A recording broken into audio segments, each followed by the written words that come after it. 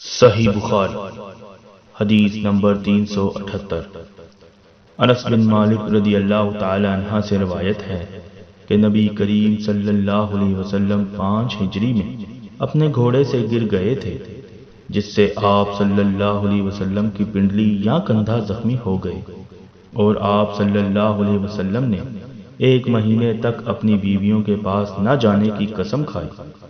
آپ اپنے بالا خانے پر بیٹھ گئے جس کے زینے کھجور کے تنوں سے بنائے گئے تھے۔ صحابہ رضی اللہ تعالی عنہ مزاج پرسی کو آئے، آپ صلی اللہ علیہ وسلم نے انہیں بیٹھ کر نماز پڑھائی اور وہ کھڑے تھے۔